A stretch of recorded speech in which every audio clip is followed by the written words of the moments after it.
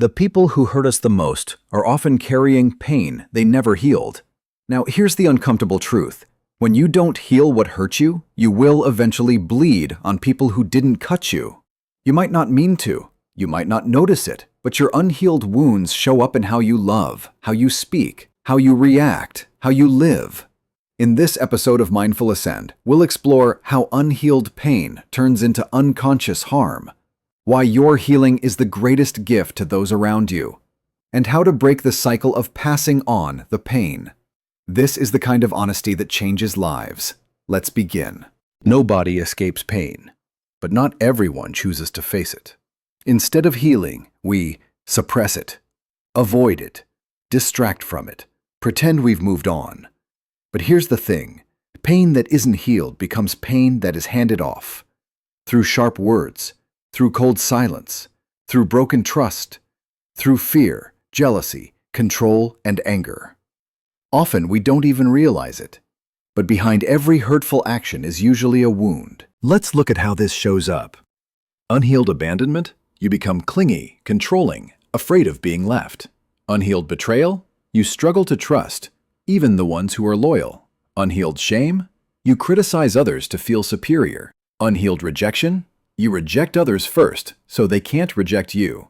Unhealed childhood wounds? You unconsciously repeat what was done to you, to your kids, your partner, your friends. You don't mean to hurt them, but the pain speaks for you. This is how emotional pain travels through families, relationships, even generations. It goes like this: hurt, silence, suppression, explosion, blame, hurt again, until someone decides, it ends with me.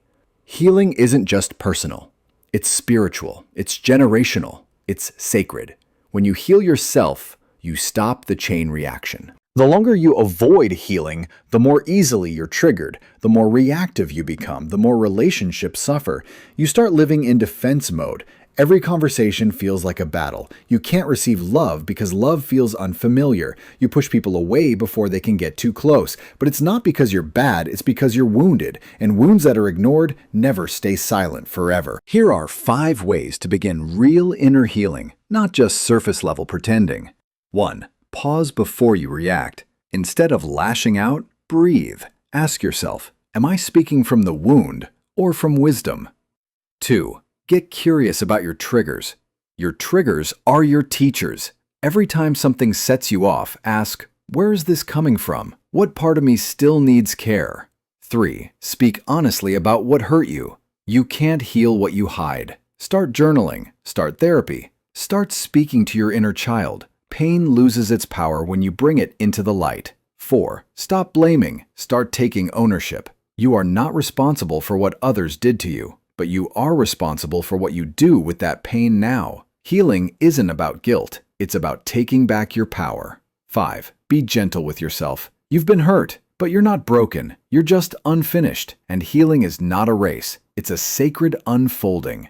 When you heal, you don't just feel better. You become better. You speak with more kindness. You love with more depth. You listen with more presence. You break generational cycles without even trying. You become safe, not just for others, but for yourself. So today, ask yourself, am I passing on pain? Or am I breaking the chain? Because until you heal, you will keep hurting others, even if you don't mean to. But when you do heal, you become the kind of person the world needs more of. Soft, aware, awake, healed. This is Mindful Ascend. Thank you for choosing to rise.